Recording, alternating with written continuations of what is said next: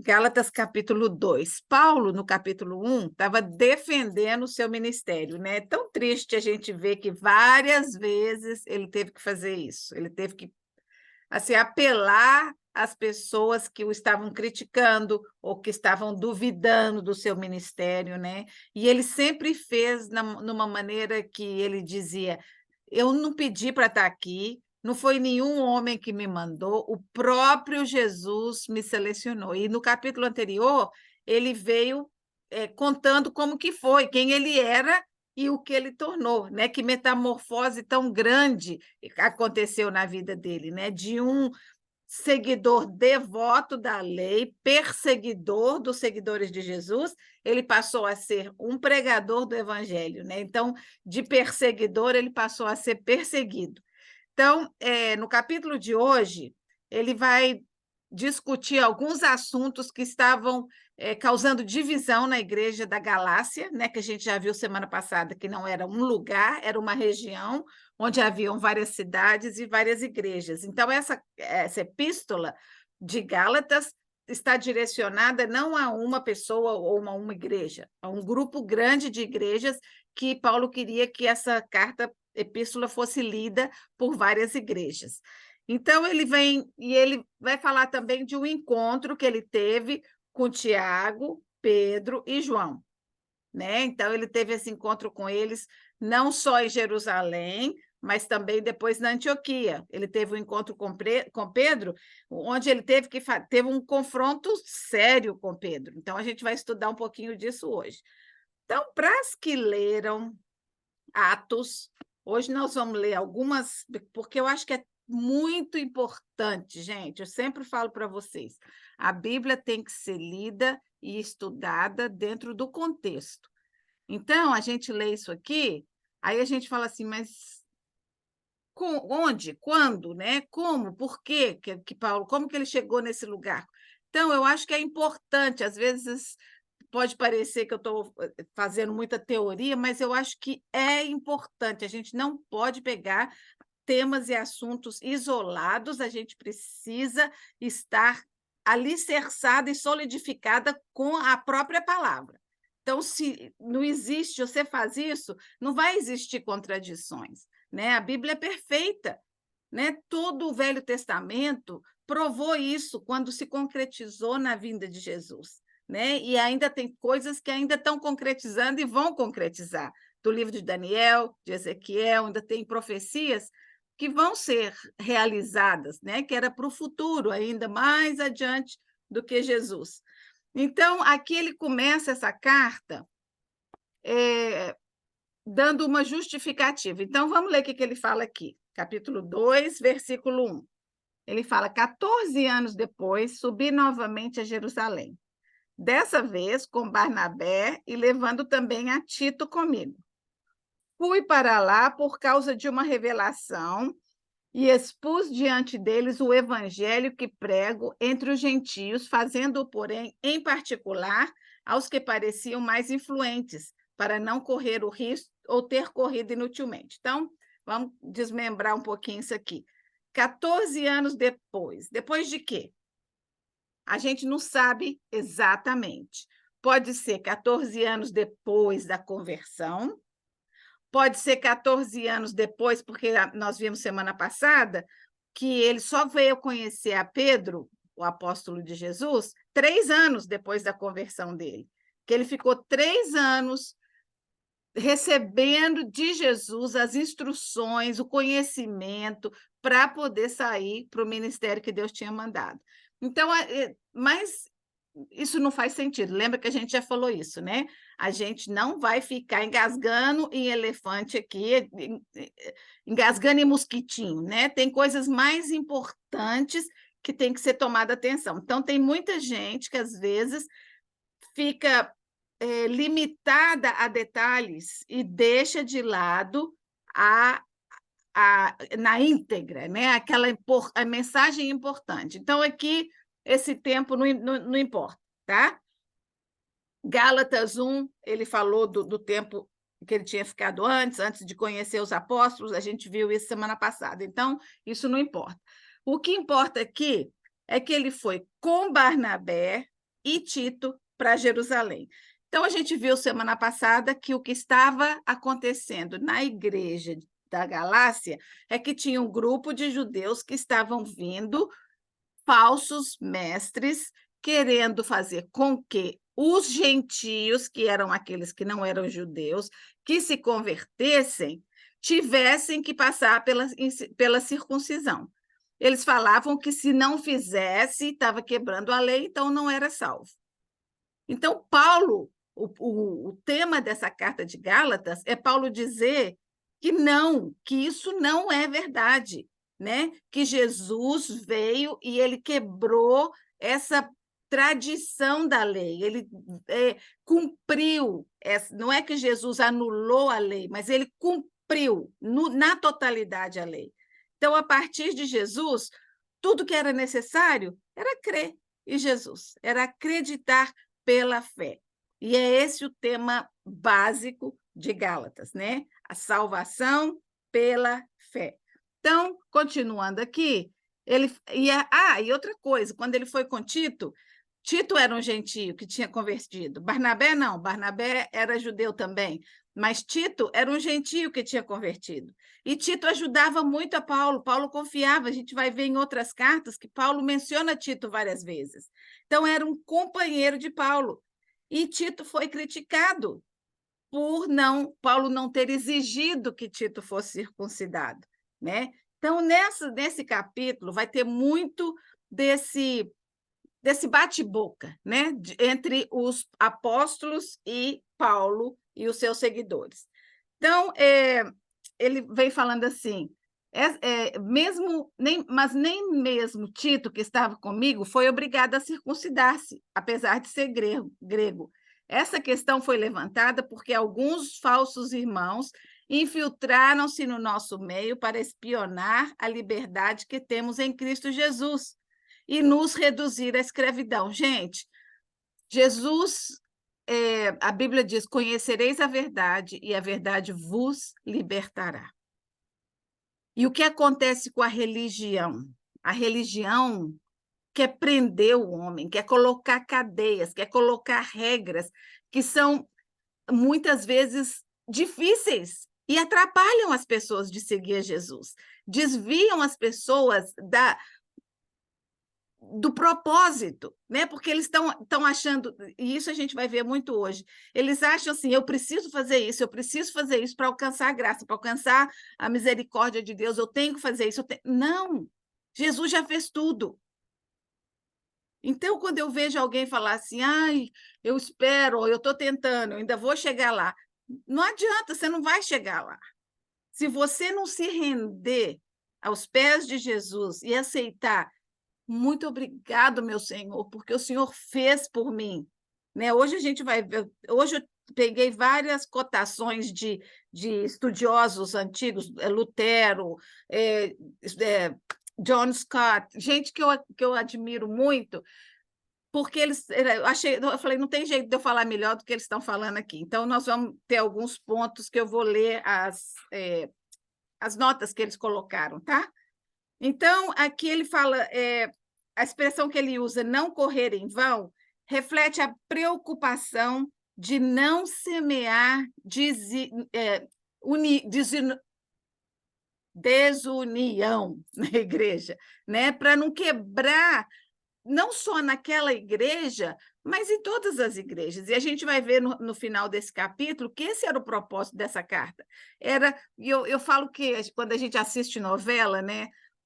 Eu fico pensando assim, gente, se essa pessoa fosse direto naquela ali e resolvesse o problema entre as duas, pronto, acabou a novela em 2 dias, né? Mas não, aí fica rodeando e fica dando aquelas...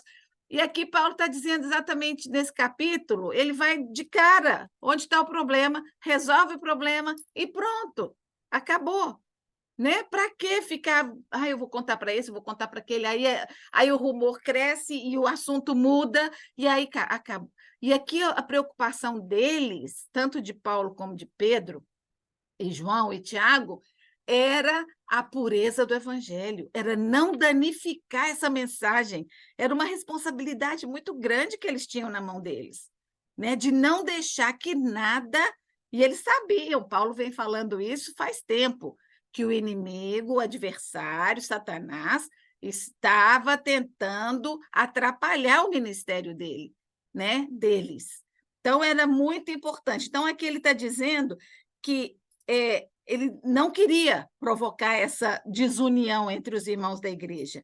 Provavelmente não vinha do medo de que ele próprio caísse. Então, assim, ele se vigiava. A gente viu várias vezes Paulo falando, eu esmurro o meu corpo. Lá em Romanos, ele falava, o bem que eu quero fazer eu não faço, e o mal está sempre diante de mim.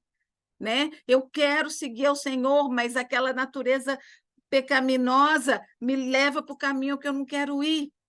E essa é uma coisa que acontece com cada um de nós. Eu tenho certeza que todas nós, várias vezes a gente se propôs a fazer uma coisa ou não fazer uma coisa que a gente sabe que não é bem, que não está agradando a Deus, e quando a gente vê, já está fazendo de novo. Né? Mas não é para desanimar. Não é para desanimar. Sabe, a coisa, o Espírito Santo é aquele que Jesus nos deu para nos alertar. Ó, você fez de novo. Não é para nos culpar, é para nos alertar, para que a nossa consciência não se cauterize com o pecado. A gente não pode ser cauterizado pelo pecado, achar que está tudo normal. Não é isso que a gente está vivendo hoje em dia? O certo é errado, o errado é certo, não tem mais preto e branco, tudo é cinza. Na lei de Deus existe o certo e errado, existe o preto e o branco, né? Então, a gente vai voltar lá em Atos 14, e eu vou ler alguns versículos, tanto do 14 como do 15, para a gente se localizar, tá? Onde que esse contexto dessa conversa estava acontecendo. Então, Atos 14, 1 e 2 diz assim, em Icônio, se vocês quiserem abrir em Atos 14, a gente vai ler vários versículos lá. Em Icônio, Paulo e Barnabé, como de costume, foram à sinagoga judaica. Ali falaram de tal modo que veio a crer grande multidão de judeus e gentios. Mas os judeus que tinham recusado a crer incitaram os gentios e irritaram-lhes o ânimo com os irmãos. Aí o versículo 4 e 5. O povo da cidade ficou dividido.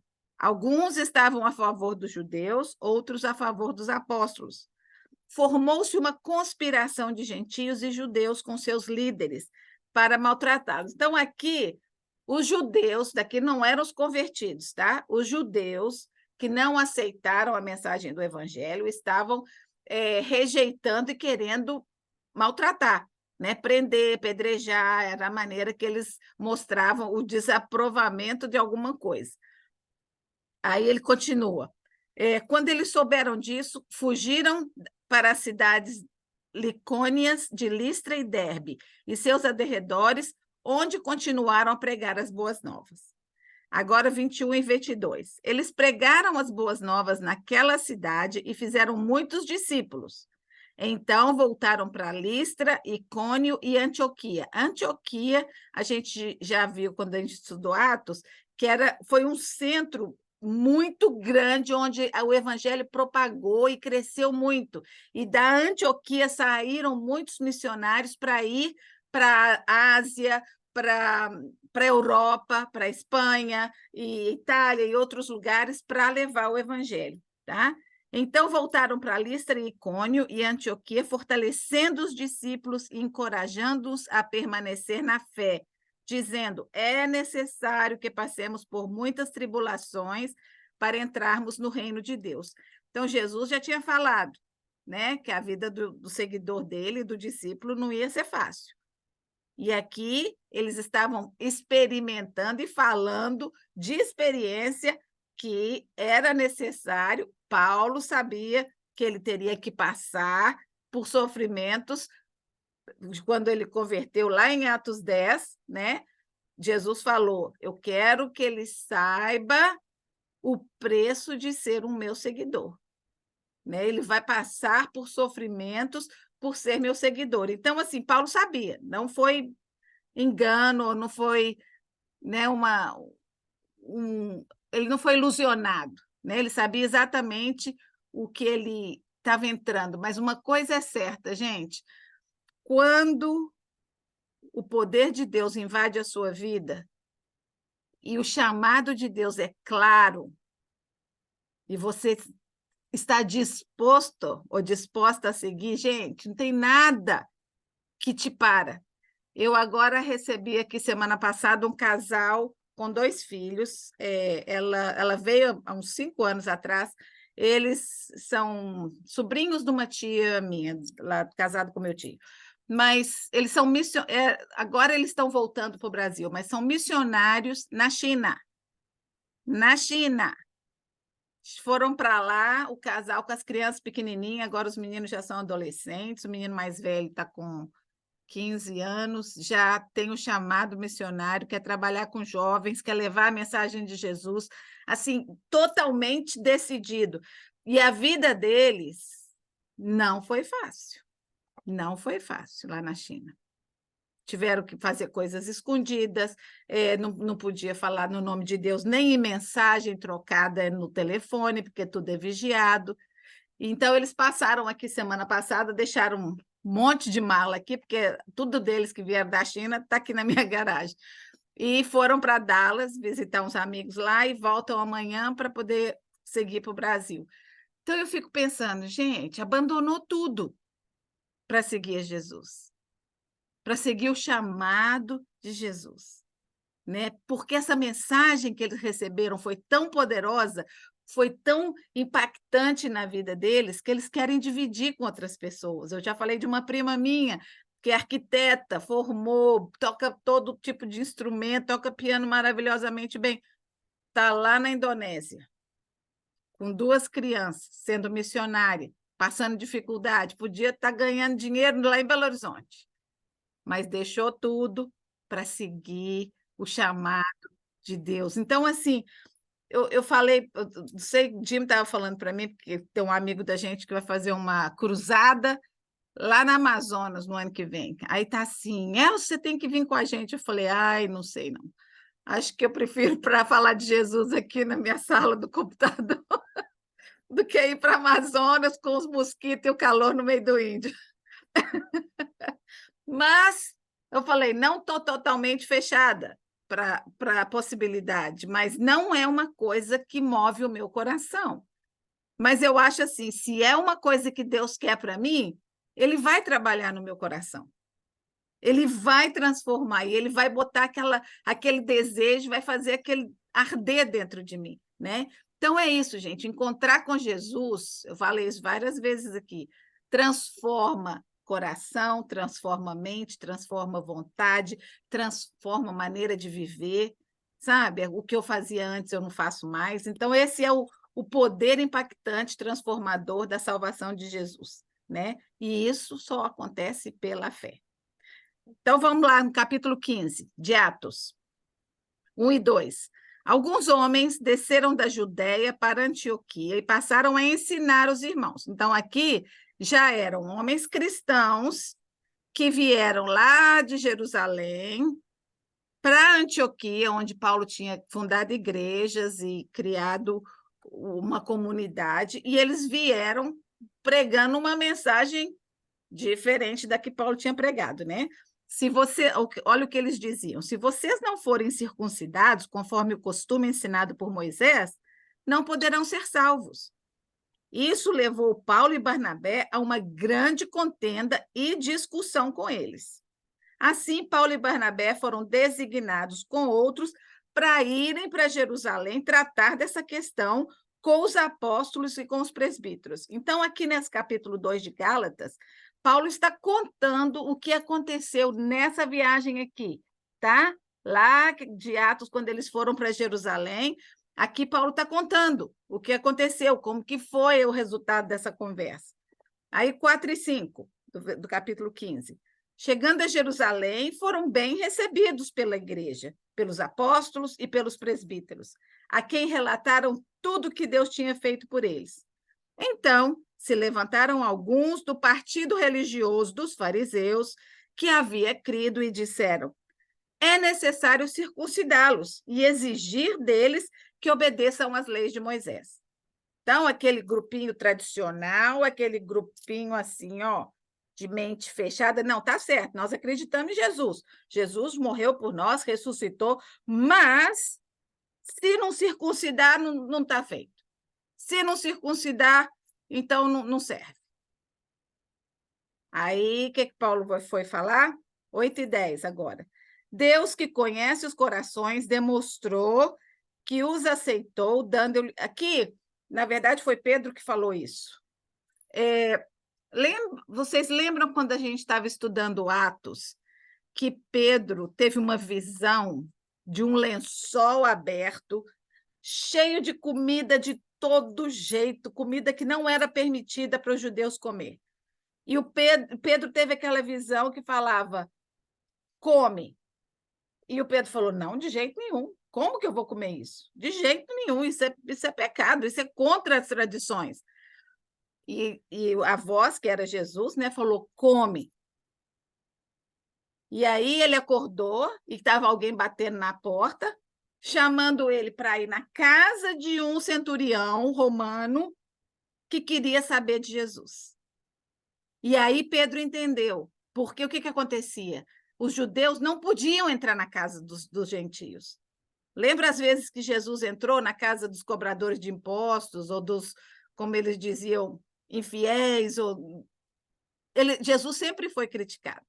Por quê? Os judeus não podiam entrar na casa dos gentios. Então, Jesus estava preparando a Pedro para que ele entendesse que daquele momento em diante, desde a sua ressurreição, esse evangelho, o amor de Deus, o poder de Deus, estava aberto para todo mundo, não era exclusivo dos judeus. E que ele precisava se associar com essas outras pessoas, porque essas outras pessoas precisavam do evangelho também. Então, Pedro teve essa experiência pessoal com Jesus a respeito disso. Então, nós vamos ver por que Paulo brigou com Pedro hoje aqui, na história de hoje, no conto de hoje, né? Então, ele diz, Deus que conhece os corações, demonstrou e os aceitou, dando-lhes o Espírito Santo, como antes nos tinha concedido. Então, no dia que Pedro foi à casa do centurião, o centurião trouxe para a casa dele a família inteira. E na hora que esses homens e mulheres creram na palavra que Pedro ensinou, todos eles foram batizados com o Espírito Santo. E Pedro ficou chocado, ele achava que aquilo era um privilégio dos judeus. E ali ele entendeu o que era o ministério do Evangelho, né? E aí ele continua, ele não fez distinção alguma entre nós e eles, visto que purificou seus corações pela fé. Então, por que agora vocês estão querendo tentar a Deus, pondo sobre os discípulos um jugo que nem nós mesmos, nem nossos antepassados conseguimos suportar? De modo nenhum. Cremos que somos salvos pela graça de nosso Senhor Jesus, assim como eles também. Aí o versículo 13. Quando terminaram de falar, Tiago tomou a palavra e disse, irmãos, ouçam-me. Portanto, aí no versículo, aí ele relatou algumas coisas que eu vou pular, né? Aí ele, no versículo 19, julgo que não devemos pôr dificuldades aos gentios que estão se convertendo a Deus. Essas palavras de Tiago. Então, não do Tiago apóstolo, tá? Do Tiago, irmão de Jesus, porque o apóstolo já tinha sido morto antes. O Tiago apóstolo foi sacrificado pelo nome de Jesus, foi morto. Ele foi mártir, né, como dizem. Aí vamos ver o versículo 22, o que o Tiago estava falando. Então, os apóstolos e os presbíteros, com toda a igreja, decidiram escolher alguns dentre eles e enviá-los para Antioquia. Então, o que aconteceu? Depois dessa discussão de Paulo, de Tiago falar, não, gente, não está certo, a gente não tem que impor essa circuncisão para os gentios, isso é coisa dos judeus, isso é a lei que Deus deu para nós. A gente continua fazendo, mas os que vêm pela fé, vêm pela graça de Deus, né? E aí eles mandaram um grupo de líderes que estavam debaixo da autoridade de Pedro e João, junto com Paulo e Barnabé, para apoiá-los naquela decisão, tá? Para falar, não, tá, eles estão certos, tá tudo bem. Então, continuando aqui, escolheram Judas, Barnabás, Silas, 2 líderes entre os seus irmãos. Com eles enviaram a seguinte carta. Então, olha a carta que foi enviada. Os irmãos apóstolos e presbíteros, aos cristãos gentios que estão na Antioquia, da Síria e na Cilícia. Saudações. Soubemos que alguns saíram do nosso meio sem nossa autorização e os perturbaram, transtornando a mente de vocês com o que disseram. Assim, concordamos todos em escolher alguns homens e enviá-los a vocês como os nossos amados irmãos Paulo e Barnabé, homens que têm arriscado a vida pelo nome do nosso Senhor Jesus Cristo. Portanto, estamos enviando Judas e Silas para confirmarem verbalmente o que estamos escrevendo. Então, aqui era para esclarecer, não havia divisão entre Paulo e os seus seguidores que estavam pregando na Antioquia e Pedro e os apóstolos que estavam em Jerusalém. Eles estavam em acordo. Houve um início de desentendimento, mas eles resolveram juntos.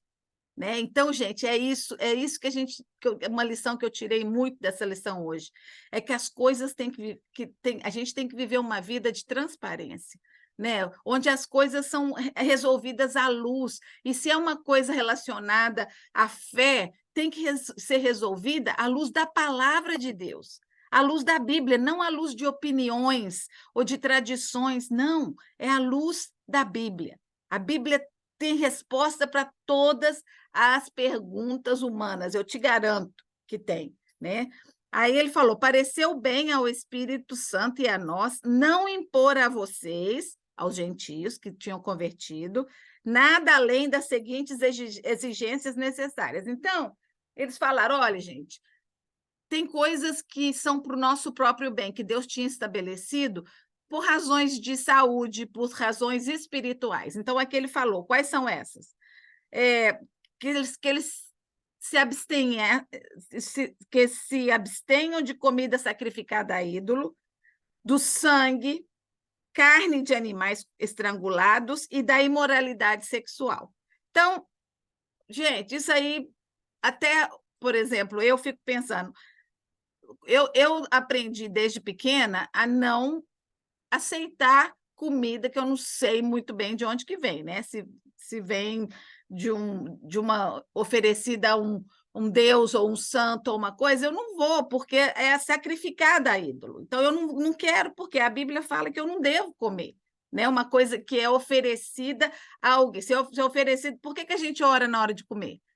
Eu oro a quem? Eu oro a Deus, em nome de Jesus, agradecendo a Deus pelo prover aquele alimento na minha mesa, né? Por as mãos que prepararam aquela comida.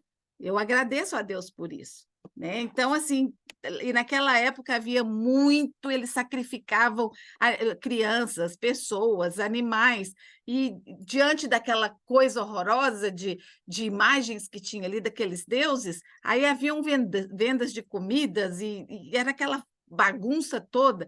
Então, assim, os apóstolos estavam querendo mostrar para eles que, uma vez que a sua vida foi transformada, afaste dessas coisas que não são de Deus, né? Saia desse meio onde não vai te edificar, não vai te fazer crescer, né? A gente viu que Paulo já falou lá em Coríntios, que o que entra pela boca não contamina, né? O que sai é mais perigoso. Então, se você não sabe de onde que vem, come, não fique preocupada, não. Mas se você sabe, evita.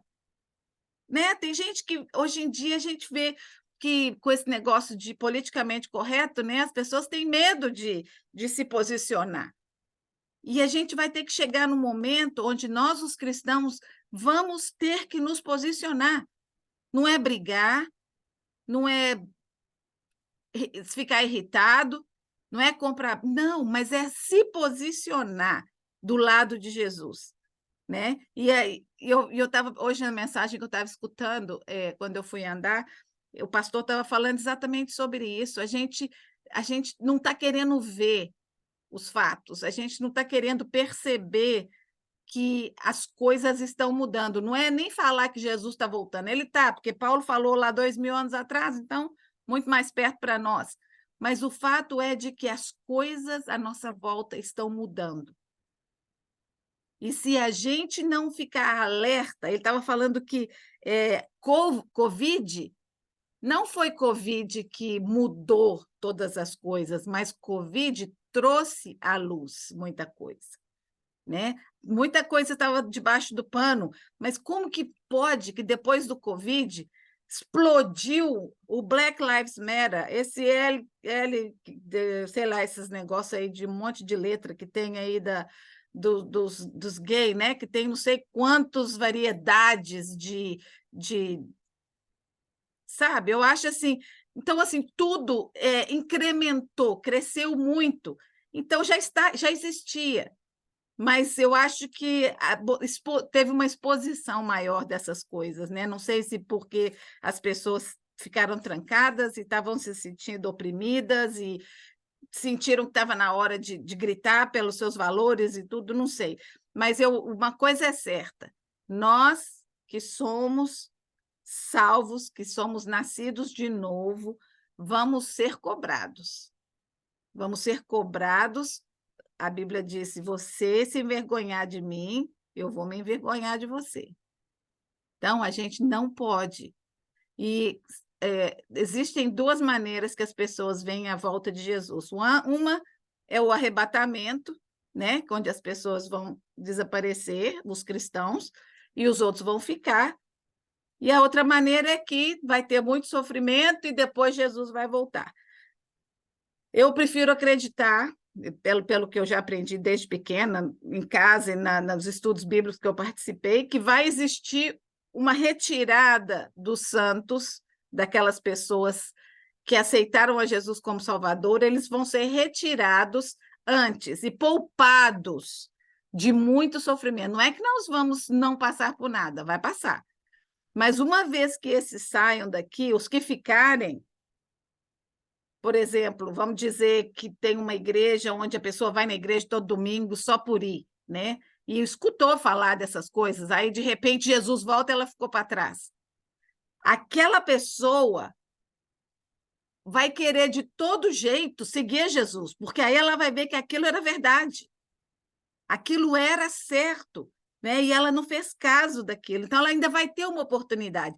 Só que a oportunidade vai ser tão difícil para ela se manter fiel, porque vai existir, a Bíblia fala do anticristo, vai existir a marca da besta, que a gente está sendo preparado para isso. O que é a marca da besta? É onde todo mundo vai receber tipo um chip dentro da pele, e sem aquele chip, você não pode ir no médico, você não pode comprar, você não pode vender, você não pode fazer nada sem aquele chip.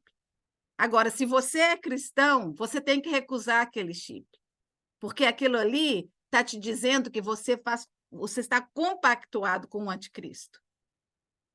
Então, hoje em dia, a gente vê nos cartões de crédito, né? Cada dia está ficando mais normal o tal do chip, né? Por quê? E aí as tatuagens, o povo cheio de tatuagem, é para que a gente se acostume, ache normal, né? É tudo normal. Então, eu não canso de dizer, eu quero que a gente vá todo mundo junto na primeira chamada, então, ninguém ficar para a segunda chamada. Vamos todo mundo junto na primeira chamada, né? Então, aqui Paulo está dizendo isso, eu extrapolei mais do que devia. Mas aí eles voltaram para a igreja trazendo essa mensagem, né? Então, qual que era a mensagem?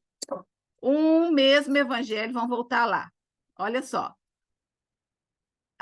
Ao contrário, Gálatas 2, reconheceram que a mim, aí Paulo está dizendo, quando eu fui lá nesse concílio e eles voltaram comigo, eles reconheceram a minha autoridade, reconheceram que eu não escolhi estar ali, que eu fui chamado por Deus, né? Então ele fala, ao contrário, reconheceram que a mim havia sido confiada a pregação do evangelho aos incircuncisos, assim como ao Pedro, aos circuncisos, porque Pedro, a maior parte do tempo, ele ficou em Jerusalém, ele também foi, né, para a Itália, para a Espanha, mas não é tão relatado na Bíblia, a gente não vê essas histórias, isso estão em pergaminhos, em relatos de historiadores, né? Mas a missão de Pedro foi mais entre os judeus.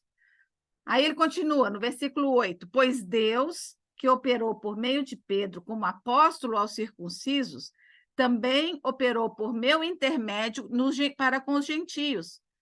Reconhecendo a graça que me fora concedida, Tiago, Pedro e João, tidos como colunas, estenderam a mão direita a mim e a Barnabé em sinal de comunhão. Então, naquela época, estender a mão direita era um termo de eu apoio, eu confio em você, você está você está debaixo da nossa autoridade e nós te enviamos porque nós acreditamos que você também tem sido usado por Deus para esse trabalho. Então, é como se eles estivessem reafirmando o chamado de Paulo, né? Aí, vamos lá no versículo Atos 9, 15. Paulo tinha falado aqui, né, sobre a sua missão, e a gente viu lá o que Paulo falou, o que Jesus falou para Ananias, quando ele mandou Ananias encontrar Paulo. Vai, este homem é meu instrumento, escolhido para levar o meu nome entre os gentios. E aí ele falou, vou mostrar para ele o que é sofrer pelo meu nome. E lá no versículo 22 e 21 diz assim, então o Senhor me disse, vá, eu o enviarei para longe, para os gentios. Então, o chamado de Paulo foi muito específico, né? Pedro teve esses 3 anos que ele viveu com Jesus, Pedro pregou o evangelho ali na Judéia, Samaria, e continuou pregando, mas o chamado de Paulo foi específico para ir para fora, né? Para ir para os judeus. A questão principal nesses capítulos de Gálatas era a circuncisão e a salvação. Paulo não condenou a circuncisão, ele não estava dizendo ninguém, nem judeu não precisa mais fazer isso. Não, não era pecado, não era contra a lei, né? Jesus não anulou isso, mas ele insistiu que a circuncisão não tinha relação direta com a salvação. Você não era obrigado a praticar a circuncisão para ser salvo. A salvação é pela fé. Isso que a gente não pode esquecer nunca, nunca, nunca, nunca. Então, continuando aqui, em Gálatas 2, Paulo repreende a Pedro. Mas antes de chegar lá,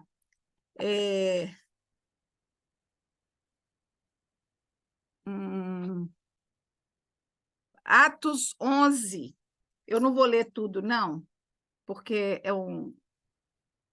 é comprido.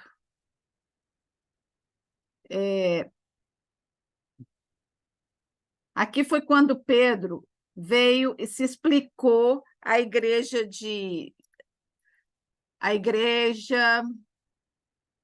da Judéia. Então, Pedro foi dentro da igreja, ele foi apoiar a Paulo e o que Paulo tinha vindo falar com eles, né? Então, eu quero que, se vocês tiverem tempo, gente, dá uma lida de novo no livro de Atos, porque Atos conta as viagens de Paulo e essas cartas que a gente vai ver daqui para frente, Efésios, Gálatas, Colossenses, Tessalonicenses, essas cartas foram escritas a partir dessas viagens que Paulo fez e nas igrejas que ele fundou, né? Então, elas são é muito importante a gente voltar lá e ficar ciente desses eventos e quando eles retiraram, né? Então, aqui, o que aconteceu? Paulo chamou Pedro no canto, na verdade, ele chamou a atenção de Pedro na frente de todo mundo. Vamos ler aqui no versículo 11, Gálatas 2:11. Quando, porém, Pedro veio a Antioquia, enfrentei-o face a face por sua atitude condenável. Pois antes de chegarem alguns da parte de Tiago, ele comia com os gentios. Quando, porém, eles chegaram, ele se afastou e se separou dos gentios, temendo os que eram da circuncisão. Os demais judeus também se uniram a ele nessa hipocrisia. Então, Paulo está dizendo aqui que o que você crê, você tem que agir. Você não pode ficar com vergonha ou com medo.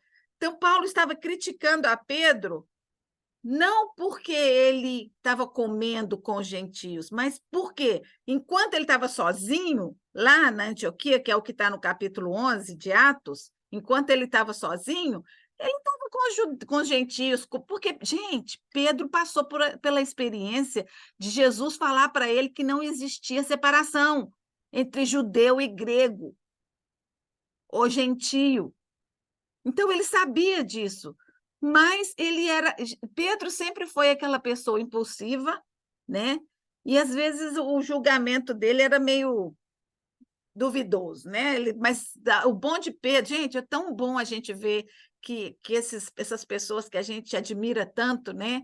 Pisaram na bola, sabe? Cometeram erros, é bom, porque faz com que a gente perceba que a gente não está sozinha, e que tem esperança para nós, sabe? Que o nosso Deus nos perdoa, que o nosso Deus nos entende, mas tem que existir uma mudança de comportamento, né? A gente não pode só, pois é, não, precisa de existir confissão, pedir perdão, transformar, não fazer mais, né? Então, aqui, quando Pedro saiu da mesa, quando chegaram os lá companheiro de Tiago, né, a retirada dele da mesa não foi baseada em um princípio teológico, mas sim por uma atitude covarde, de medo, querendo esconder, né, que ele estava comendo com gentios. E Tiago, gente, Tiago já devia saber do sonho, Tiago sabia da história lá do centurião romano que tinha sido convertido. Então, assim, todas essas coisas que a gente precisa pensar, sabe? Eu acho assim, a gente, na nossa natureza humana, a gente tem a tendência de querer camuflar a verdade, de querer esconder, né? Então, Paulo mesmo falou: bem-aventurado aquele que não se condena naquilo que aprova, sabe? Então, assim, eu gosto do meu vinho, vou tomar o meu vinho. E não vou ficar escondendo. Eu lembro que eu fazia meus aniversários, eu fazia dois, um para o povo da igreja e um para o resto do povo. Aí, quando eu fiz 50 anos, eu falei: chega, eu gosto de vinho, eu vou servir meu vinho, e se vocês não querem, eu não vou ficar ofendida se vocês não querem tomar vinho comigo. Mas, então, assim, para mim, isso não vai me fazer menos cristã, sabe? Pelo contrário, Jesus, o primeiro milagre foi transformar água em vinho. É a única bebida alcoólica que eu tomo, né? Então, assim, também não tomo para ficar bêbada. O problema todo na Bíblia são os exageros de tudo, de comida, de bebida, né? De falar mal. Tudo que é exagero, tudo que é excessivo é prejudicial, né? Então, assim, a gente precisa tomar uma postura onde o que eu diante da palavra também, porque tem muita gente que cria suas próprias regras de vida, né? E aí, eu estou aprovada por Deus. A gente tem que ter o conhecimento, o que Deus aprova e o que Deus reprova, né? Hoje em dia é tudo sobre feel good, né? Feel good, eu estou sentindo, estou no clima, né? Tá tudo bem. Não é assim, né? Então, esse foi o tipo de comportamento que dominou a vida de Pedro. Então, vamos ver alguns fatos aqui, por exemplo. Quando Pedro disse a Jesus para não ir para a cruz. Logo depois que Pedro falou aquela confissão maravilhosa que tu és o Cristo, filho do Deus vivo, e Jesus falou: Pedro, essa confissão não foi revelada a você de você mesmo, foi o Espírito Santo que te revelou. Então, sobre essa confissão, essa rocha, eu vou edificar minha igreja, né? Naquela confissão de que Jesus era o Cristo, Filho de Deus vivo. Tinha acabado de acontecer, Jesus estava falando sobre a morte. Aí o que Pedro fala para ele? Não, o senhor não vai morrer de jeito nenhum. O que é isso? Não, a gente está aqui seguindo o senhor para esse tempo todo, para agora morrer. Aí o que Jesus falou? Afasta de mim, Satanás. O próprio um que tinha acabado de ter declarado uma coisa tão importante, Jesus estava falando: sai para lá, Satanás. Não é Pedro que era Satanás, mas aquela palavra que Pedro falou. Então, assim, da mesma boca que tinha sido inspirada pelo Espírito Santo para dizer: tu és o Cristo, filho do Deus vivo, Satanás usou para dizer, não, não vai morrer não, por favor. Então, gente, nós somos humanos, infelizmente, né? E a gente é vulnerável. Outra coisa, quando Jesus andou na água e Pedro veio, né? No momento que Pedro tirou os olhos de Jesus, ele afundou, né? E ficou com medo, gritou: socorro, me tira daqui, né? Jesus, ele nem precisava ter ficado tão apavorado, mas ele teve medo, né? Outro momento de ímpeto de Pedro, quando ele cortou a orelha do centurião, quando Jesus foi preso no Getsemane, né? João é o único que dá nome a Pedro, porque os outros lá todos falam um discípulo, né? Mas João falou exatamente quem foi.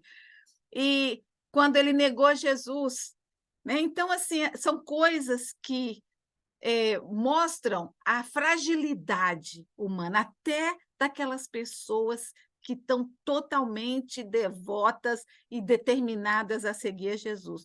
Como é importante, primeiro, é a gente estar conectada com a videira, né? Conectada com Jesus e com Deus e o Espírito Santo dentro de nós.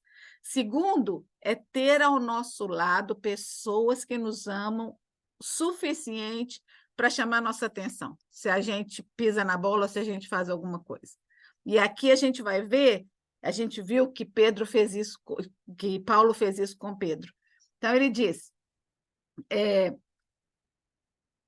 quando vi que não estavam andando de acordo com a verdade do Evangelho, declarei a Pedro diante de todos: você é judeu, mas vive como um gentio e não judeu. Portanto, como pode obrigar os gentios a viverem como judeus? Então, ele estava falando que você está aí comendo com os judeus, com os gentios, né?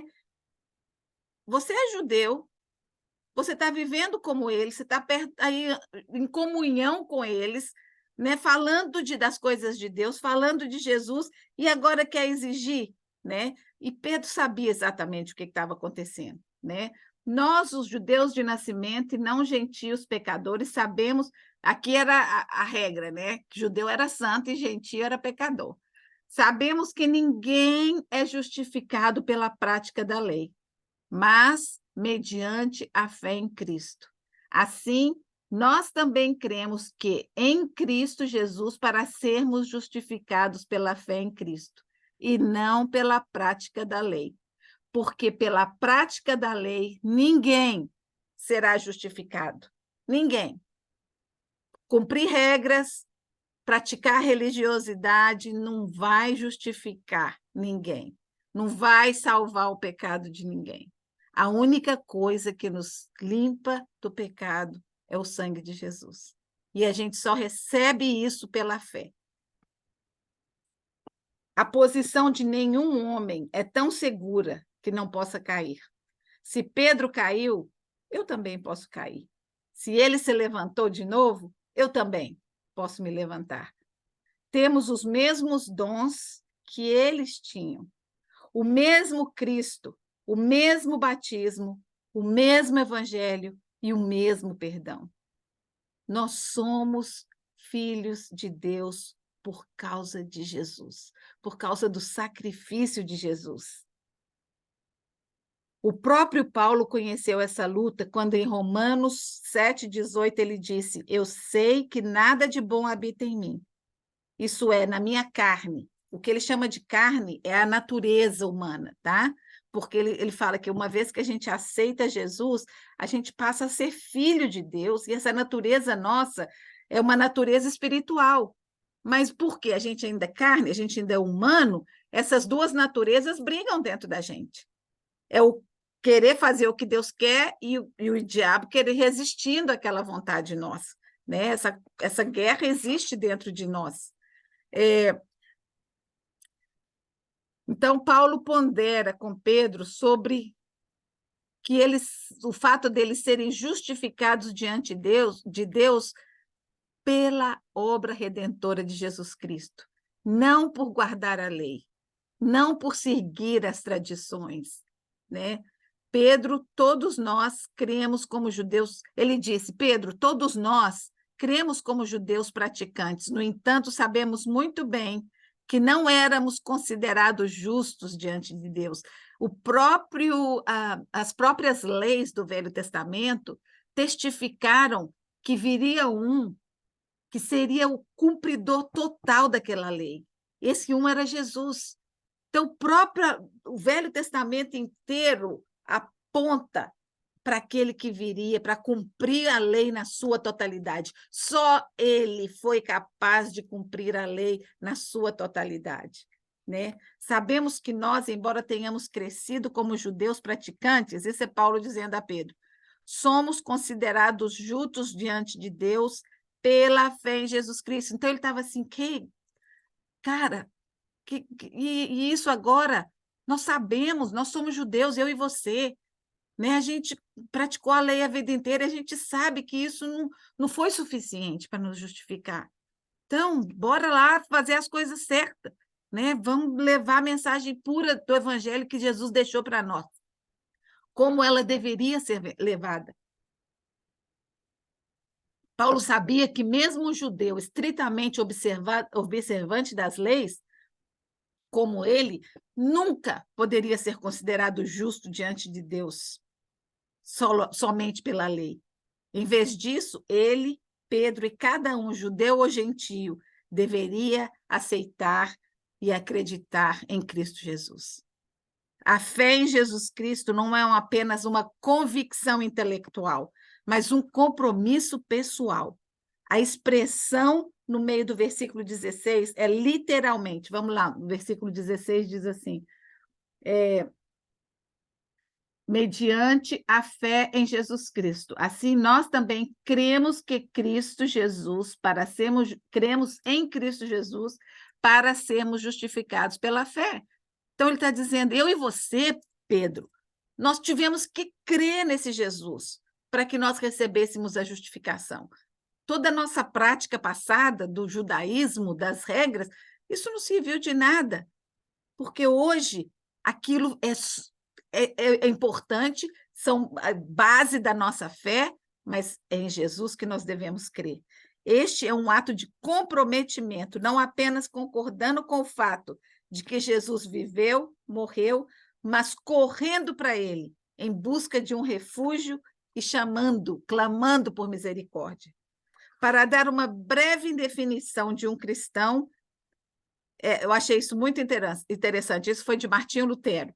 Um cristão não é alguém que não tem pecado, mas alguém contra quem Deus já não culpa pecado, por causa da sua fé em Cristo. Essa doutrina traz conforto para as consequências em sérios apuros. A maior maneira pela qual nós nos rebelamos... Presta bem atenção nisso, gente. Olha, isso é muito sério. A maior maneira pela qual nos rebelamos contra Deus é quando olhamos para Jesus pendurado na cruz, recebendo o castigo que era meu e seu, o castigo que nós merecíamos, suportando a ira de Deus por nós e dizer: tudo isso é muito bom, mas não é suficiente. Seu trabalho na cruz não será o bom suficiente para Deus até que eu seja crucificado como comendo uma comida ou praticando essa ou aquela tradição. Já falei isso aqui várias vezes. A gente insulta a Deus quando a gente acha que a gente precisa fazer mais. Quando a gente acha que o sacrifício de Jesus não foi suficiente. Né? Isso aí é muito sério. A gente precisa realmente não esquecer nunca. Tá lindo lá o sacrifício, eu acredito. O diabo também acredita em Jesus. Acredita e teme, né? Mas ele não segue. Ele não aceitou o sacrifício de Jesus por ele. Por ele, não. Pela humanidade, né? Porque ele já está com os dias dele contados. A grande tragédia do legalismo, que ao tentar estar mais certo com Deus, eles acabam se afastando de Deus e desagradando. Então, no versículo 19, vamos ler aqui. Se, porém, começando no 17, se, porém, procurando ser justificados em Cristo, descobrimos que nós mesmos somos pecadores, Será Cristo, então, ministro do pecado? De modo algum. Se reconstruo o que destruí, provo que sou transgressor. Então, aqui ele está dizendo, então, se eu descubro que eu sou pecador, então fico seguindo a Jesus. Eu fico pensando assim, toda vez que eu leio isso, eu lembro do meu irmão, porque ele sempre falava de Deus, sempre, né, falava, ai, que se Deus quiser, Deus vai me ajudar, mas você não via uma vida de intimidade ou de relacionamento nenhum com Deus. Nada na vida dele refletia Deus, nada. A maneira dele relacionar com a família, com os filhos, os amigos lá achavam que ele era maravilhoso, né? Mas a maneira dele relacionar com a família ou diante da vida em si, né? Profissão, nada disso refletia a presença de Deus na vida dele, né? Então, aí continuando, pois por meio da lei eu morri para a lei, a fim de viver para Deus. Esse versículo aqui, gente, é muito importante a gente nunca esquecer do versículo 20. Fui crucificado com Cristo. Assim, já não sou eu quem vive, mas Cristo vive em mim. E a vida que agora vivo no corpo, vivo pela fé no Filho de Deus, que me amou e se entregou por mim. Por causa disso aqui, é que Paulo um dia pôde dizer, sede meus imitadores, como eu sou de Cristo. Porque ele foi crucificado com Cristo. E o que foi crucificado? A lei, que ele estudou a vida inteira, os desejos dele. Foi crucificado com Cristo. E Cristo vive em mim. A vida que agora vivo no corpo, vivo pela fé no Filho de Deus que me amou e se entregou por mim. Não anulo a graça de Deus, pois se a justiça vem pela lei, Cristo morreu inutilmente. Então, ele está dizendo, eu não vou anular, não vou me agarrar à lei, às tradições, eu fui criada nela, eu persegui os cristãos, mas isso, para mim, acabou o dia que eu encontrei Jesus. Para mim, ele é a única coisa que me basta, né? E próprio Jesus uma vez falou para ele, quando ele estava passando por grandes dificuldades, Jesus falou, Paulo, a minha graça te basta, porque o meu poder se aperfeiçoa na fraqueza. Quando eu estou fraquinho e não tenho força para bater as pernas, o poder de Deus se aperfeiçoa na nossa vida, né? Outra coisa de João Calvino, ele diz assim, morrer para a lei é renunciar a ela e ser libertado do seu domínio, para que não tenhamos confiança nela e ela não nos mantenha cativos do jugo da escravidão. Problema sério das tradições e regras é que nos mantém presos. Você fica presa na obrigação de seguir aquelas regras. E o Evangelho de Jesus é um evangelho de liberdade, né? Por isso que a Bíblia diz, orai sem cessar. A gente não precisa de ter, eu não preciso de ir na igreja todo dia para poder estar na presença de Deus. Eu estou na presença de Deus o dia inteiro, estou dirigindo, eu estou orando, né? Se você vai na igreja ali naquele seu momento, e eu vou na igreja um monte de dia na semana, porque tem estudo bíblico, tem um monte de coisa que acontece, mas Deus está presente, sabe, na sua vida, em qualquer lugar que você estiver. Qualquer lugar ele está. Então, aprenda a sentir a presença dele, a falar com ele quando você está dirigindo. Eu falei semana passada, gente, Deus não importa, pode pedir um estacionamento, sabe? Coisas triviais da nossa vida. Ele tá disposto a nos ouvir, né? Então, ele fala, desde o momento que morremos com Cristo na cruz, temos uma vida diferente. A nossa antiga vida, vivida sobre a lei, ou sobre nada, né? Tem gente que não seguia nada e de repente encontra Cristo. Ela morre, a vida do homem natural morre. Isso que Jesus disse a Nicodemos, você tem que nascer de novo. Se você quer ter parte comigo, você tem que nascer de novo, senão não tem jeito. E o que era nascer de novo? É transformar a mente, né? Repensar as regras, né? Jesus ficava muito bravo, não porque eles seguiam as regras, mas porque eles tinham criado muitas cercas em volta das leis que Deus tinha dado, eles tinham criado outras leis que faziam o povo muito mais preso, mais escravo daquelas tradições, né? E eles mesmos não cumpriam, sacerdotes e fariseus. Eles exigiam das pessoas, mas eles mesmos não cumpriam, né? Então, já não sou eu quem vive. Estou crucificado com Cristo. Morri para a lei. Desde que morremos com Cristo na cruz, temos uma vida diferente. Paulo percebeu que na cruz uma grande troca ocorreu. Ele deu a Jesus sua velha vida e o desejo de tentar estar certo diante de Deus, né? Paulo estava tentando praticar todas as coisas para que Deus se agradasse dele. Na igreja, nós estamos estudando, o pastor está fazendo uma série de mensagens sobre criação de filhos, né? Parenting. E semana passada ele estava falando sobre o amor incondicional, né? Que a gente precisa ter com os filhos da gente, e aquele amor assim.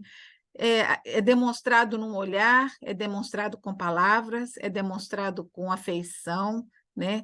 E eu me peguei lembrando de algumas coisas que o Jim falou para o JT, que eu falava, nossa, isso deve ter caído muito doído, porque o Jim falava para ele assim, me dá razão para fazer as coisas para você, né?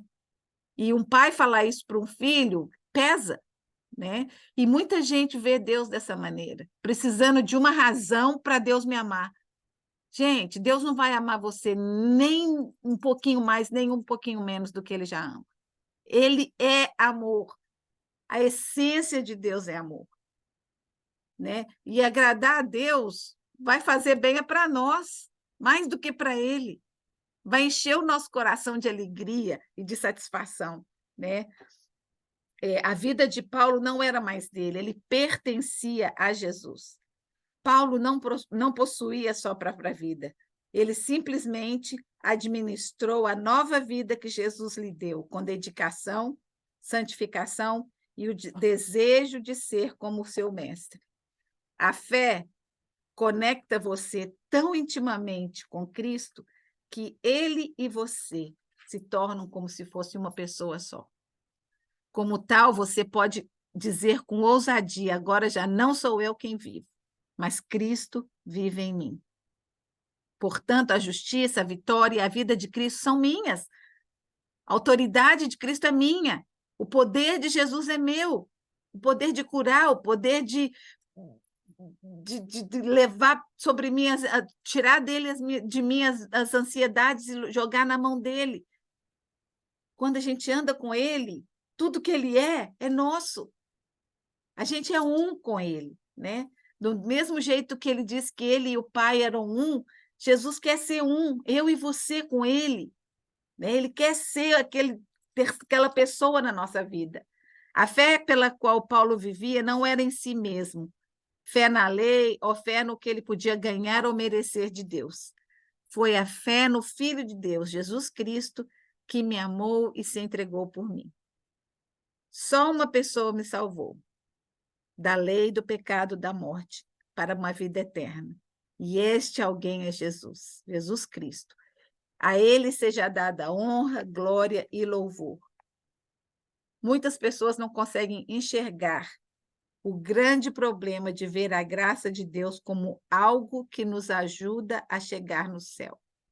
Como se fizéssemos o melhor que pudéssemos, então a graça faz o resto. Não é assim. Não é assim. A graça de Deus a gente recebe. E porque eu recebo, eu vou fazer o que meu pai quer.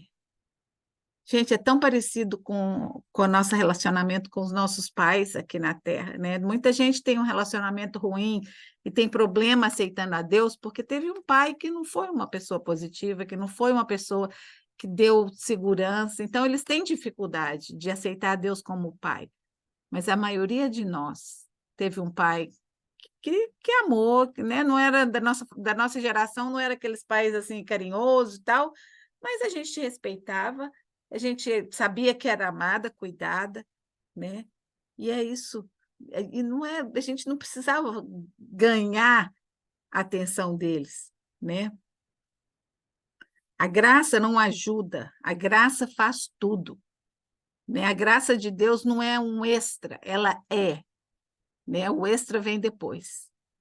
Toda a nossa justiça vem da obra de Jesus por nós. O que eu aprendo com a leitura de hoje, desse livro de Gálatas, o Evangelho é puro e simples. O Evangelho de Jesus Cristo liberta, ele é oferecido pela fé somente, não pelo que eu faço ou deixo de fazer. É importante existir transparência, né? A gente vê tanta divisão nas igrejas, por quê? Porque não existiu essa transparência, não existiu essa confrontação honesta diante da palavra de Deus entre as pessoas. Essas confrontações devem ser resolvidas à luz da palavra. Nossos atos devem ser o reflexo das nossas palavras. É importante viver o Evangelho de Jesus Cristo em tudo que fazemos, né? Faço o que eu faço. E que a minha palavra, né, que o que eu falo, seja refletido nas minhas ações. Porque às vezes as pessoas falam, mas a gente não pode seguir o que elas estão falando, porque as atitudes não condizem, né, com a mensagem que está saindo. Então, essa é uma responsabilidade muito grande dos seguidores de Jesus, de refletir a imagem do Senhor. Que Deus abençoe vocês nessa semana.